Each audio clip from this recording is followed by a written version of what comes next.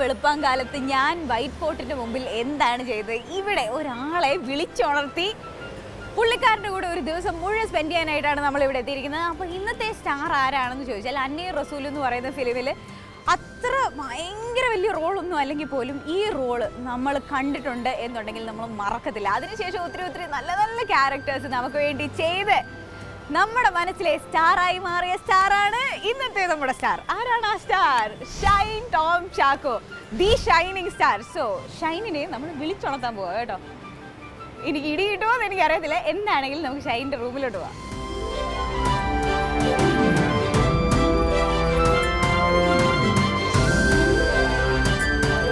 Good morning. ഞാൻ വിളിച്ചുണർത്തിയോ? എണീറ്റു, നന്നായി. എൻ്റെ വീട്ടിലെ അമ്മച്ചിയൊക്കെ പറയും നമ്മൾ ഈ ഉറങ്ങി കിടക്കുന്നവരെ വിളിച്ചുണർത്താൻ പാടില്ല. ഇല്ല, ചിലപ്പോൾ ഞാൻ അമ്മച്ചിയെ ഉപദ്രവിക്കുന്നതുകൊണ്ടായിരിക്കും അങ്ങനെ പറഞ്ഞിരുന്നത്.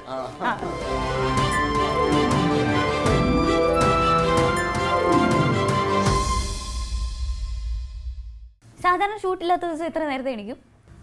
സാധാരണ വീട്ടിലാണെങ്കിൽ എഴുന്നേൽപ്പിക്കും. എഴുന്നേൽപ്പിക്കുവോ? ആരെഴുന്നേൽപ്പിക്കും? അമ്മ തന്റെ അമ്മ പോലെയല്ല, എന്റെ അമ്മ പോലെ അല്ലേ. എന്റെ അമ്മയ്ക്കാണെങ്കിൽ രാവിലെ വിളിച്ചു. എന്നാലും 7 മണി 7:30 ആകുമ്പോൾ എഴുന്നേൽക്കുള്ളൂ. ഇന്നിപ്പം എന്തിന്റെ ഷൂട്ട് നടക്കുന്നത്? ഇന്നിപ്പോ പുതിയ പടം സ്റ്റാർട്ട് ചെയ്തു, പ്രേതമുണ്ട് സൂക്ഷിക്കുക എന്ന് പറഞ്ഞു. അതിനകത്ത് പ്രേതമായിട്ടല്ലേ? അതെ. ഞാൻ കറക്റ്റ് ആയിട്ട് ഗസ് ചെയ്തു. എനിക്ക് ആ രൂപം കണ്ടപ്പോഴേ തോന്നി ഇതിനകത്ത് ചില പ്രേതമായിട്ടായിരിക്കും. സാധാരണ മിക്കവാറും പ്രേതങ്ങൾ എല്ലാം പെണ്ണുങ്ങളാണ്. നമുക്ക് ഒരു ചേഞ്ചിന് ഒരു ആൺപ്രേതത്തെ കണ്ട കാലമാണ് സത്യം. ആക്ച്വലി ഏറ്റവും ഫേമസ് ആയിട്ടുള്ള പ്രേതം ഡ്രാക്കുളയാണ്. ആണാണ്. വീട് എവിടെയാ? തൃശ്ശൂരാണോ? എന്തുകൊണ്ടോ നമ്മൾ എല്ലാവരും വിചാരിച്ചിരുന്നത് ഷൈൻ ചേട്ടൻ ഇവിടെ കൊച്ചിക്കാരനാണെന്നാണ്. ഞാൻ ഇവിടെ ഷൂട്ടിംഗ് ആയിട്ട് ബന്ധപ്പെട്ട് ഇവിടെ താമസിക്കാറുണ്ട്. തൃശ്ശൂരാണ് ശരിക്കും സ്ഥലം. നമ്മൾ ഈ സ്റ്റാർസിനെ കാണുമ്പോൾ വിചാരിക്കും അവരുടെ ജീവിതമൊക്കെ എന്ത് രസമാണ്, ഷൂട്ടിങ് അവിടെ പോകുന്നു ഇവിടെ പോകുന്നു. പക്ഷെ ക്രിസ്മസിന് വീട്ടിൽ പോകാൻ പറ്റാത്ത ഒരു പാവം സ്റ്റാറാണ് ഈ ഇരിക്കുന്നത് ഷൈൻ ചേട്ടൻ. ഓക്കെ, അപ്പൊ ഷൈൻ ചേട്ടന് ഷൂട്ടിന് പോകാൻ റെഡി ആവാൻ ടൈമായി അല്ലേ? ഷൂട്ടിന് 8 മണിക്കാണ് ഇറങ്ങാൻ പറഞ്ഞിട്ടുള്ളത്. ഓരോ ദിവസം ഓരോ സമയം തരും നമുക്ക്. ആ സമയത്തിന് നമ്മൾ റെഡി ആയിട്ട് ഇറങ്ങണം. ഇന്ന് ഷൂട്ടിങ്ങിന് ഞാനും കൂടെ വരുന്നുണ്ട്. കുഴപ്പമില്ലല്ലോ? ഡയറക്ടർ എന്നോട് വെളിയിൽ പോകാനൊന്നും പറയില്ലല്ലോ? ഒന്നും പറഞ്ഞേക്കണം കേട്ടോ, ഞാൻ ചേട്ടന്റെ കൂടെ വന്ന്. അപ്പൊ ചേട്ടന് റെഡി ആയിക്കോളും. നമ്മുടെ ആളാന്ന് പറഞ്ഞാൽ മതി. ശരി, പറയാം. നാടകങ്ങളൊക്കെ എങ്ങനെ പോണു? നാടകം ഓർക്കുന്നുണ്ടല്ലേ? അതെ, ഞാൻ അങ്ങനെ ഒരു കടുങ്കൈ അതിന്റെ ഇടയിൽ ചെയ്തു. സനലിന്റെ നാടകത്തിൽ ചെയ്തിരുന്നല്ലോ? ഇല്ല, സനലിന്റെ നാടകത്തിൽ എനിക്ക് ചെയ്യാൻ പറ്റിയില്ല. എനിക്ക് ഷൂട്ട് ഉണ്ടായിരുന്നു, ടൈമില്ല. മറ്റേ കുട്ടിയാ ചെയ്തത്. ശാന്തി ബാലകൃഷ്ണൻ. ശാന്തിയും പക്ഷെ താനും കൂടിയിട്ടുള്ള പിക്ചേഴ്സ് ഒക്കെ. അതെ, ഞാനത് ഫുള്ള് പ്രാക്ടീസ് ചെയ്തതാ. പക്ഷെ എനിക്ക് അവര് ഫിക്സ് ചെയ്ത ഡേറ്റിന്റെ സമയത്ത്. പക്ഷെ താനും മറ്റേ സനലിന്റെ റോൾ ഇടയ്ക്ക് പ്ലേ ചെയ്യാറുണ്ടായിരുന്നു. ഞങ്ങൾ അങ്ങോട്ടും ഇങ്ങോട്ടും മാറിയൊക്കെ ചെയ്യായിരുന്നു. ശാന്തി പറഞ്ഞു. അപ്പൊ കൂടുതൽ കെമിസ്ട്രി നിങ്ങൾ തമ്മിൽ ഭയങ്കര കെമിസ്ട്രി. ഞാൻ ശാന്തി തമ്മിൽ ഓഡീഷൻ നിങ്ങൾ രണ്ടുപേരും മാത്രമാണ് ഉണ്ടായിരുന്നത്. എനിക്ക് പെട്ടെന്ന് തോന്നുന്നു ചേട്ടൻ എന്റെ ഇന്റർവ്യൂ എടുക്കുന്ന പോലെയാണ്. എനിക്ക് സന്തോഷമായി. ചേട്ടൻ ഇങ്ങനെയൊക്കെ പറയുമ്പോഴത്തേക്ക് ചിലപ്പോ ആരെങ്കിലും എന്നെ വിളിക്കുമായിരിക്കും. ആരും വിളിക്കുന്നുണ്ട് എന്റെ ഫോണിലാ. ഹലോ. റെഡിയായി, ഇപ്പൊ റെഡിയാവും. Okay, location. യെസ്. അപ്പൊ പിന്നെ ഞാൻ ഇനിയും ഒത്തിരി സമയം എടുക്കുന്നില്ല. പെട്ടെന്ന് റെഡി ആയിക്കോ. സുന്ദരനായിട്ട് വരും, ഓടി വരും.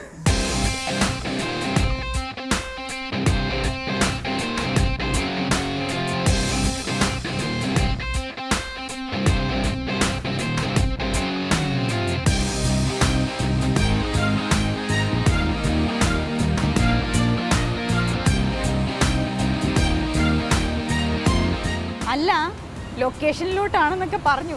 എന്നെ എങ്ങോട്ടാ കൊണ്ടുപോകുന്ന അറിഞ്ഞിട്ടേ ഞാൻ പോകത്തുള്ളൂ. നമ്മൾ എങ്ങോട്ടാ പോന്നെ? എനിക്ക് കറക്റ്റ് എക്സാക്ട് പ്ലേസ് അറിയില്ല. ഇന്ന് ആദ്യമായിട്ടാണ് ആ ലൊക്കേഷനിൽ ഷൂട്ട്. പക്ഷെ ക്രിസ്മസിന് പറ്റിയ ഏറ്റവും നല്ല സ്ഥലത്താണ്. പക്ഷെ എക്സാക്ട് അവിടെയല്ല, ഫോർട്ട് കൊച്ചിയിലാണ് ഷൂട്ട്. പക്ഷെ ഫോർട്ട് കൊച്ചി എത്തുന്നതിന് മുന്നെയാണ് ഈ സ്പേസ്. ഒരു വീടാണ്. ഓക്കെ, അപ്പൊ പിന്നെ നമുക്കൊരു സസ്പെൻസ് തന്നിട്ട് ഇങ്ങനെ ഇരിക്കുകയാണ്. ഇനി കറക്റ്റായിട്ട് അവിടെ പോയിട്ട് നോക്കാം എവിടെയാണ് ഈ സ്ഥലം. ക്രിസ്മസിന് പറ്റിയ സ്ഥലമാണ്.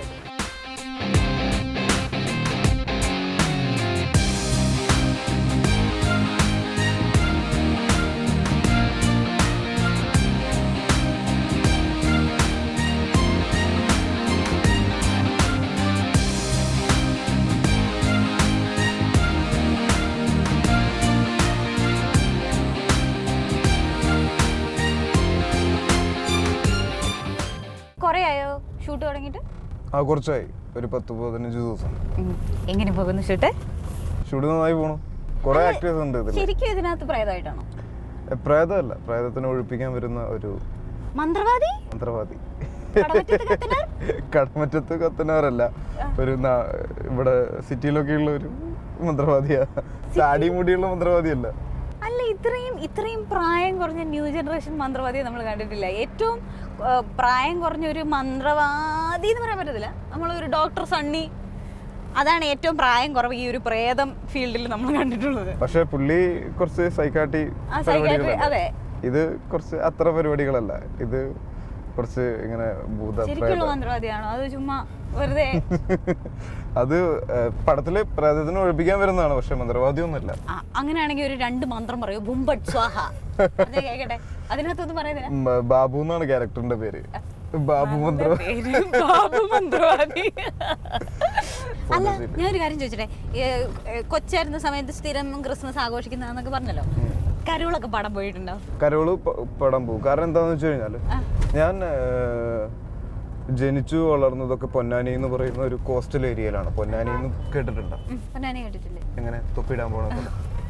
പൊന്നാനി എനിക്ക് ഞാൻ കേട്ടിട്ടുണ്ട്. പൊന്നാനി എന്ന് പറഞ്ഞു കഴിഞ്ഞാൽ മലപ്പുറത്തിന്റെ ഒരു ബോർഡർ ആയിട്ട് വരും, അതായത് കോസ്റ്റൽ ഏരിയ ആണ്. അപ്പോൾ പൊന്നാനിയിലാണ് ഞാൻ ജനിച്ചു വളർന്നതൊക്കെ. പൊന്നാനിയിലായിരുന്നു ഡാഡിക്ക് ബിസിനസ്, പിന്നെ മമ്മി ടീച്ചറായിരുന്നു, അവിടെ പഠിപ്പിച്ചതാണ്. ബിസ്ക്കറ്റിന്റെ ആണോ ബിസിനസ്? സ്വർണ്ണ ബിസ്ക്കറ്റ് അല്ല, ദാക്ഷായണി ബിസ്ക്കറ്റ്. കൊപ്ര ബിസിനസ്. കുഴപ്പമില്ല, മോശമില്ല. അപ്പൊ അവിടെ ഇരിക്കുന്നത് കൊപ്ര ബിസിനസ് എന്നൊക്കെ പറഞ്ഞാൽ അവിടുത്തെ സാധാരണ ബിസിനസ് ആണ്. എണ്ണ ഉണ്ടാക്കുന്നത്, അല്ലെങ്കിൽ കൊപ്ര എടുത്ത് എണ്ണ ഉണ്ടാക്കുന്നത് ബിസിനസ്.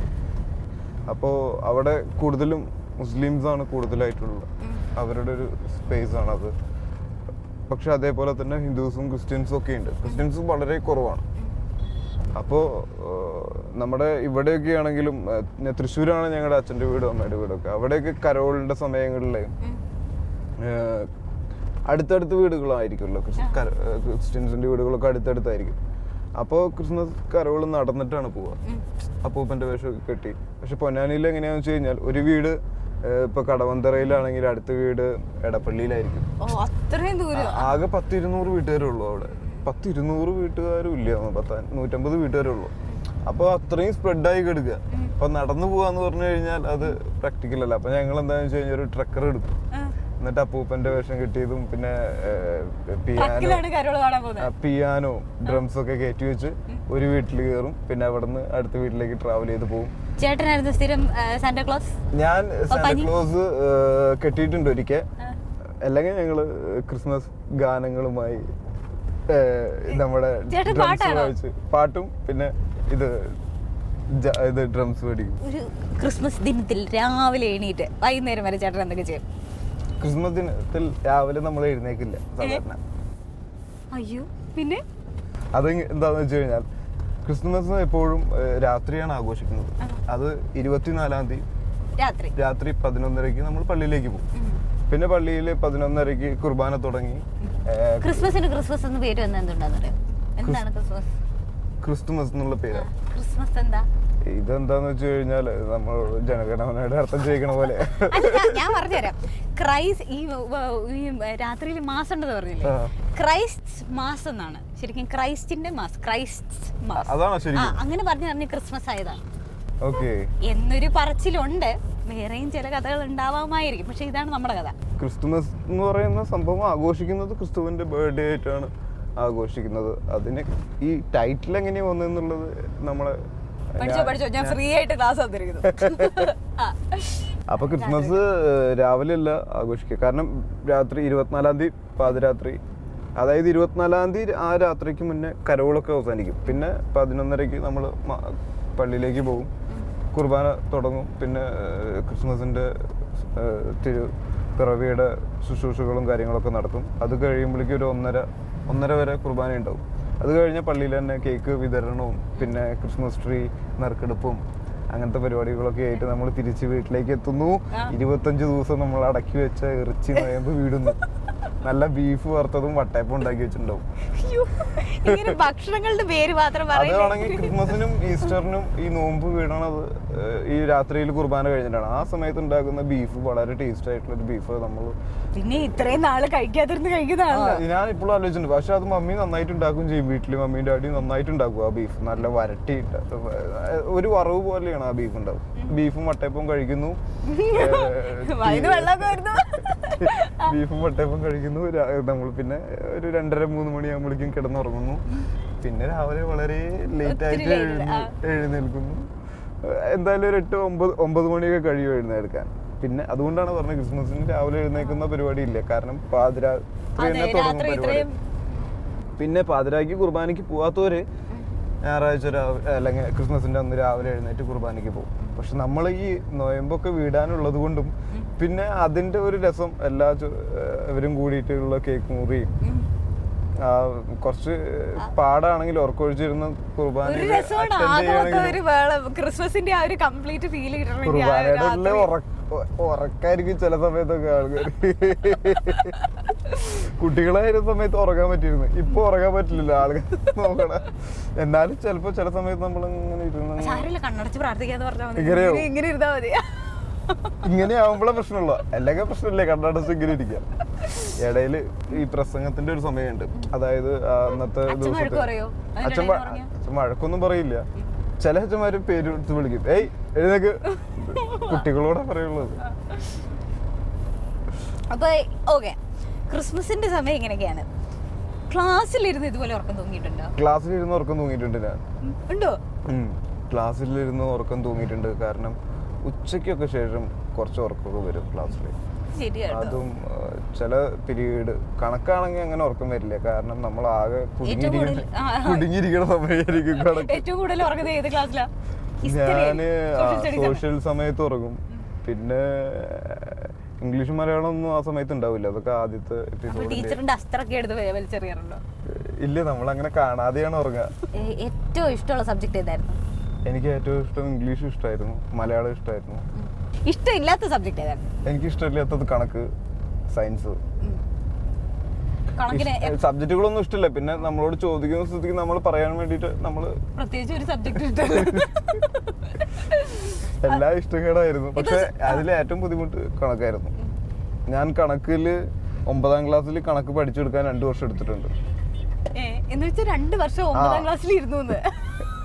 അല്ല, പഠിച്ചെടുക്കാൻ. നമ്മള് പഠിച്ചെടുത്തിട്ട് വേണല്ലോ അല്ല, നമ്മള് ഓരോ ക്ലാസ്സിലും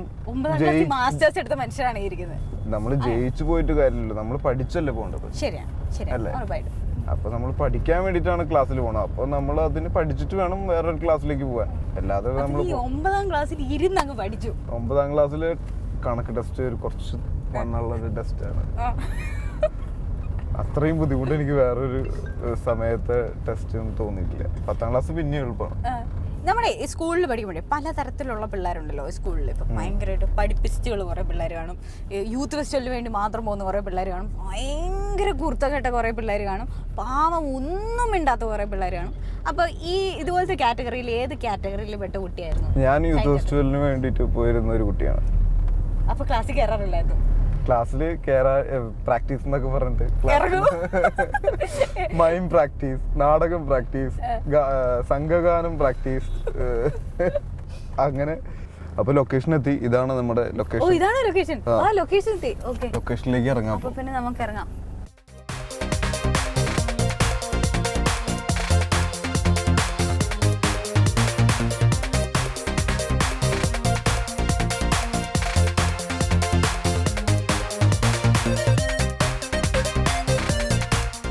ഇതാണ് ഞാൻ പറഞ്ഞ ഞങ്ങളുടെ പ്രേത. ഇതാണ് ഭാർഗവി നിലയം, നിങ്ങളുടെ ഭാർഗവി നിലയം. കണ്ടിട്ടുണ്ട് വീഡിയോ. അപ്പൊ പിന്നെ പ്രേതനെ കാണിക്കണ്ടല്ലോ. അപ്പൊ ചേട്ടനൊക്കെ ഇന്ന് ജോയിൻ ചെയ്യണുള്ളൂ. ഞങ്ങളുടെ ഇവിടുത്തെ കടമറ്റത്ത് കത്തനാർ പ്രേതത്തിനെ മസിൽ ഉപയോഗിച്ച് കീഴ്പ്പെടുത്തുന്ന ആളല്ലേ? കഴിച്ചാ? ഞങ്ങൾ എത്തിയുള്ളൂ. ഇപ്പൊ ഷൂട്ട് തുടങ്ങോ? എന്തായാലും ഒരു 1/2 മണിക്കൂറാവും. ഒരു ലൈറ്റപ്പ് ചെയ്യണം, പിന്നെ അവർ പ്ലാൻ ചെയ്യുന്നു, എന്നാൽ കയറിയതല്ലേ ഉള്ളൂ, പ്ലാൻ ചെയ്യുകയൊക്കെ ചെയ്യുന്നുണ്ട്. എന്തെങ്കിലും എടുക്കും. പ്ലാനിങ് ലൈറ്റപ്പ് ഒക്കെ നടക്കുന്നതേ ഉള്ളൂ. ഇത് രവിയേട്ടൻ നന്ദിനി. അപ്പൊ ഇന്നാണ് ഈ ലൊക്കേഷൻ ആദ്യമായിട്ടാണ് ഷൂട്ട് തുടങ്ങണം. അപ്പൊ അത് ഒന്ന് സെറ്റായി വരാൻ കുറച്ച് സമയം എടുത്തു. അപ്പൊ ഭക്ഷണം കഴിച്ചിട്ടില്ലല്ലോ? ഇല്ല, വിശക്കുന്നു. അതാണെങ്കിൽ കാറിൽ മുഴുവൻ ഭക്ഷണത്തിന്റെ കാര്യമെല്ലാം വേറൊന്നും പറഞ്ഞിട്ടില്ല. അതെ, എന്ത് നടന്നില്ലെങ്കിലും ഭക്ഷണം കഴിച്ചേക്കാം. ഭക്ഷണം കഴിക്കുന്നതിന് മുന്നേ നമുക്ക് നമ്മുടെ പ്രൊഡ്യൂസറിനെ മീറ്റ് ചെയ്യണ്ടേ? ഞാൻ കൈയൊക്കെ കഴുകി. Good morning. മഹിയേട്ടനാണ് പടത്തിന്റെ പ്രൊഡ്യൂസർ. നന്ദിനി.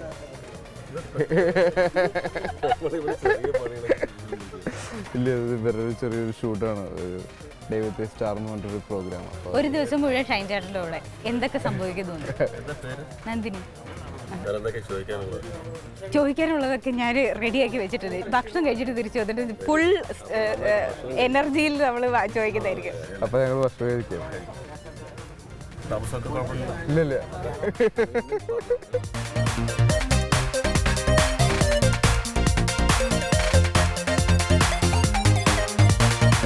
അങ്ങനെ അവസാനം നമ്മൾ ഫുഡ് വെച്ചിരിക്കുന്ന സ്ഥലത്ത് എത്തിയിരിക്കുകയാണ്. അഞ്ജലി ചേച്ചി അവിടെ താഴെ ഇരുന്ന് കഴിക്കുന്നുണ്ട് കേട്ടോ. ഇതെന്താ? ഇത് ഗോതമ്പ് ദോശ, ഇത് വെള്ളയപ്പം, ഉപ്മാവ്, മുട്ടക്കറി, ചമ്മന്തി. എനിക്ക് ഗോതമ്പ് ദോശയും ചമ്മന്തി തന്നെ. പുട്ടുണ്ടല്ല? ആണോ? മുട്ട വേണ്ട. Thank you.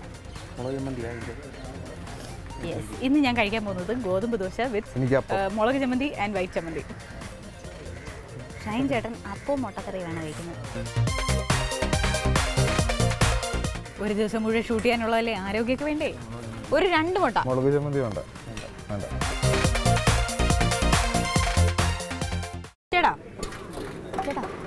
ചേട്ടന് പ്രൊഡക്ഷൻ ഫുഡിൽ ഏറ്റവും ഇഷ്ടം എന്താണ്? എനിക്ക് പുട്ടും കടലക്കറിയും, പുഴുങ്ങിയ പഴം, പിന്നെ നൂലപ്പവും പാലും. ഒക്കെ പ്രൊഡക്ഷൻ ഫുഡിൽ കിട്ടുമോ? നൂലപ്പം ഉണ്ടാവും ഒരു ദിവസമൊക്കെ. പിന്നെ പാല് നമ്മൾ മേടിപ്പിക്കും. പ്രൊഡക്ഷൻ ചാറ്റിൽ ഇവിടെ ഉണ്ടാവും. ചായ തിളപ്പിക്കാനുള്ള പാലുണ്ടാവില്ലേ, അതിൽ പഞ്ചസാര ഇട്ട് അടിക്കും. ഈ നൂലപ്പവും പാലും ചെറുപ്പത്തിലുള്ള നമ്മുടെ ഏറ്റവും നല്ല ഡിഷാണ്, ഇഷ്ടമുള്ള ഡിഷാണ്. അമ്മ ഉണ്ടാക്കുന്നതിൽ ഏറ്റവും ഇഷ്ടം ഏതാ? എന്താ? മമ്മി ഉണ്ടാക്കണത് ഒരു ഇതൊക്കെ നല്ല ഇഷ്ടമാണ്. മമ്മി നന്നായിട്ട് കുക്ക് ചെയ്യും. മമ്മി ഡാഡിയും കുക്ക് ചെയ്യും, പിന്നെ അനിയൻ കുക്ക് ചെയ്യും. ഷൈൻ ചേട്ടൻ കുക്ക് ചെയ്യും? ഞാൻ കുക്ക് ചെയ്യാറില്ല. ഞങ്ങള് ഇത്രയും എല്ലാവരും കുക്ക് ചെയ്ത് കഴിക്കാൻ ആരെങ്കിലും വേണ്ടേ അല്ലേ? ബാക്കിയുള്ളവരെല്ലാവരും കുക്ക് ചെയ്യും, ഷൈൻ ചേട്ടൻ കഴിക്കും. നമ്മൾ കുക്ക് ചെയ്യാറുണ്ട്. എന്താ കുക്ക് ചെയ്യുന്നത്? പയറും ചോറും. ഇത് പ്രമോദാട്ടെ, ഞങ്ങൾ ആദ്യത്തെ പടം മുതൽ ഒരുമിച്ചാണ്. നമ്മൾ മുതൽ. താങ്ക് യു പ്രമോദ് ചേട്ടാ. ചേട്ടൻ അടി ഉണ്ടാക്കുമായിരുന്നു കൊച്ചിലെ? ഞാൻ ഒരിക്കൽ അടി ഉണ്ടാക്കിയിട്ടുണ്ട് 7ാം ക്ലാസ്സിൽ പഠിക്കാൻ സമയത്ത്. ആക്ച്വലി ഏതിനകത്ത് അന്യ റസൂലിനകത്ത് റോള് കണ്ടാൽ, ആ കഥാപാത്രം കണ്ടാലറിയാം അടി ഉണ്ടാക്കുന്ന ആളാണ്. സിനിമയിൽ അടി ഉണ്ടാക്കുന്നതുകൊണ്ട് ഒരു പ്രശ്നമില്ല. ജീവിതത്തിൽ അടി ഉണ്ടാക്കാറുണ്ടോ? ജീവിതത്തിൽ അടി ഉണ്ടാക്കി അടി കിട്ടില്ലേ? എപ്പോഴും അടി ഉണ്ടാക്കി എപ്പോഴും ഉണ്ടാക്കിയെന്ന് പറഞ്ഞല്ലോ. സിനിമയില് ഡയറക്ടർ കട്ടെന്ന് പറഞ്ഞു കഴിഞ്ഞാൽ അപ്പം നിർത്തും അടി. എത്ര വലിയ അടിയാണ് കിട്ടും. ഇത് പ്ലാൻ ചെയ്തിട്ടാണ് നമ്മൾ അടിക്കണം. ഇത്ര ഒരു അടി അടിച്ചു കഴിഞ്ഞാൽ അങ്ങോട്ട് ഒരു അടി അടിക്കും. ചില സമയങ്ങളിൽ നമ്മൾ മാത്രം അടിച്ചാൽ മതി. അപ്പൊ ഭയങ്കര സേഫ് ആയിട്ടുള്ള അടിയാണ് സിനിമയില്. പക്ഷെ റിയലിൽ അങ്ങനെയല്ല, എവിടെയൊക്കെ കിട്ടും എന്നുള്ളത് ഒരു ഡയറക്ഷനും ഇല്ലാതെ നമുക്ക് കിട്ടിക്കളയും.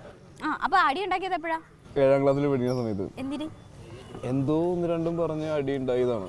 പിന്നെ അത് സ്കൂള് വിട്ട് ഉരുണ്ട് മറിഞ്ഞ് മേലെ കിടന്ന് അങ്ങനെ പരിക്കൊന്നും പറ്റിയിട്ടില്ല. എന്തോ ഒരു ഈഗോന്റെ പുറത്തുണ്ടായ ഇടിയാണ്. ചെറിയ പിള്ളേരുടേതായിട്ടുള്ള പ്രശ്നങ്ങളാണ്. അവൻ ഇങ്ങോട്ട് നോക്കി ഇങ്ങോട്ട് നാക്കി എന്നൊക്കെ പറഞ്ഞിട്ടുള്ള പരിപാടികളാണ്. അല്ലാതെ വലിയ കാര്യമായിട്ടുള്ള ഇടിയൊന്നും ഉണ്ടായിട്ടില്ല. ഇതുവരെ ഉണ്ടായിട്ടുള്ളതിൽ വെച്ച് ഏറ്റവും വലിയ പരിക്ക് എന്താണ്? പരിക്ക് കൈയൊടിയ, കാലൊടിയ, ആക്സിഡന്റ്? സ്കൂളിൽ പഠിക്കുന്ന സമയത്ത് കൈ ഒടിഞ്ഞിട്ടുണ്ട്. പിന്നെ ഷൂട്ടിങ്ങിന്റെ സമയത്ത് കൈ ഒടിഞ്ഞിട്ടുണ്ട്. ഷൂട്ടിങ്ങിന്റെ സമയത്ത് ഒടിഞ്ഞിട്ടുണ്ട്? ഫൈറ്റിന്റെ സമയത്ത്. അതെയോ? കൈ ഒടിഞ്ഞു? കൈ ഇവിടെ ഈ എല്ല് പൊട്ടിയിട്ടുണ്ട്, ഈ വിരലിൻ്റെ ഓട്ടത്തിൻ്റെ ഇടയിൽ കൈ അടിച്ചിട്ട്. അപ്പോൾ അത് ആ സമയത്ത് തന്നെയായിരുന്നു ചാപ്റ്റേഴ്സിൻ്റെ ഷൂട്ട്. ചാപ്റ്റേഴ്സ് കൊണ്ടൊരു പടം ചെയ്തിട്ടുണ്ട്. അതിൽ പക്ഷെ കൈ പ്ലാസ്റ്റർ ഇടിച്ചിട്ടാണ് കാണിച്ചിരിക്കുന്നത്. അവിടെ ഒടിഞ്ഞ കൈയാണ് അവിടെ നമ്മൾ ബാത്റൂമിൽ വീണ് കൈ ഒടിഞ്ഞു എന്ന് പറയുന്നുണ്ട്. കഥ മാറ്റി.